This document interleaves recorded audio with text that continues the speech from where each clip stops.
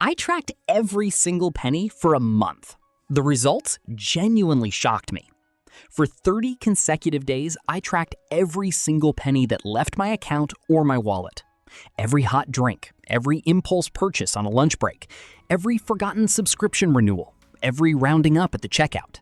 I thought I had a reasonable idea of where my money was going. I assumed the exercise would largely confirm what I already knew, just with slightly more detail. What it actually revealed was genuinely surprising. Not because I found some dramatic hidden spending category, but because of the accumulation of small, invisible costs I had been completely blind to. This is what I found. The first week was the most revealing in terms of pure surprise. Nothing I spent money on in week 1 was outrageous or obviously irresponsible. The individual transactions looked perfectly reasonable in isolation. $3.50 for a coffee on the way into the office, £8 for lunch because I hadn't planned ahead, $2.99 for an app I downloaded 6 weeks ago and used 3 times, £4 for a snack at the petrol station, £12 for a delivery charge on an order that would have been free if I'd spent £5 more. None of these felt significant when they happened. Written down at the end of the week in a list, they added up to more than I'd spent on my entire weekly grocery shop. Week 2, I focused specifically on subscriptions and recurring charges. 7 active subscriptions. 2 I genuinely hadn't used in more than 3 months. 1 I had completely forgotten signing up to, a trial that converted to a paid subscription without any memorable notification. 1 was a duplicate of a service I was already paying for elsewhere. 1 was a membership for a discount scheme I'd used once and then ignored entirely. I canceled 4 of them immediately. The annual saving from those 4 cancellations was over £300. Not dramatic individual amounts, but the invisibility of recurring small charges means they accumulate for months or years without ever being consciously evaluated. Week 3 revealed something I found more personally uncomfortable than the subscription audit. My spending had patterns I hadn't previously noticed. Patterns that were clearly emotional rather than practical. Stressful or frustrating days at work were reliably followed by more online browsing and buying in the evening. When I felt low or anxious, I was more likely to order delivery, despite having food in the fridge. Scrolling social media before bed led to seeing things I then searched for and bought.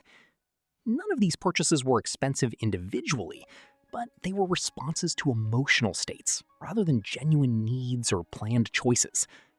Once I could see the pattern written down, I couldn't unsee it. And being unable to unsee it was the beginning of being able to interrupt it. Week 4, I analyzed food specifically because I suspected it was the category most worth examining.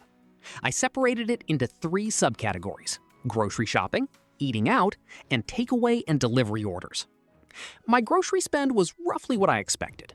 My eating out spend was higher than I'd estimated, not dramatically, but meaningfully. My takeaway and delivery spend was almost twice what I would have guessed. I want to be clear that eating out and ordering delivery aren't wrong spending categories, but the gap between my estimated and actual spend told me I was making those choices by habit and convenience rather than by active decision. Tracking revealed the gap between the choices I thought I was making and the ones I was actually making. At the end of 30 days, I looked at 2 numbers: the amount I'd estimated I would spend at the start, before tracking began, and the amount I'd actually spent. The gap wasn't enormous, but it was consistent across almost every category in the same direction: actual spending higher than estimated spending. This isn't unique to me. Research on spending estimation consistently shows people underestimate discretionary spending by 20 to 40% on average. Not because people are dishonest with themselves, but because mental accounting for spending is systematically optimistic. We remember the deliberate purchases and forget the incidental ones. Tracking reveals the complete picture that memory never provides. The practical question at the end is always, what's the simplest system I'll actually maintain?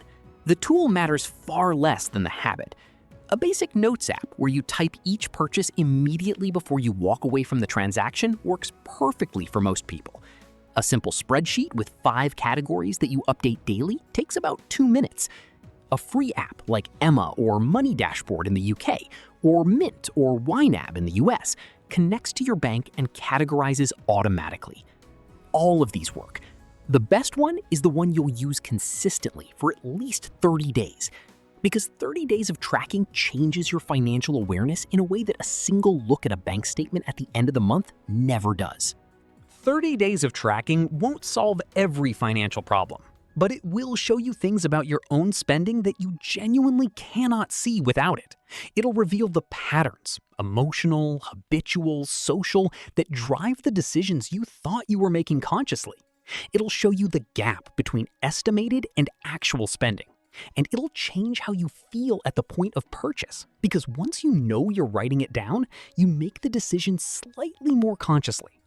That increased consciousness isn't restriction, it's awareness. And financial awareness is the foundation that every other improvement is built on. Try it for 1 week first. You'll want to continue. Subscribe to MoneyPatch. Small steps, big change.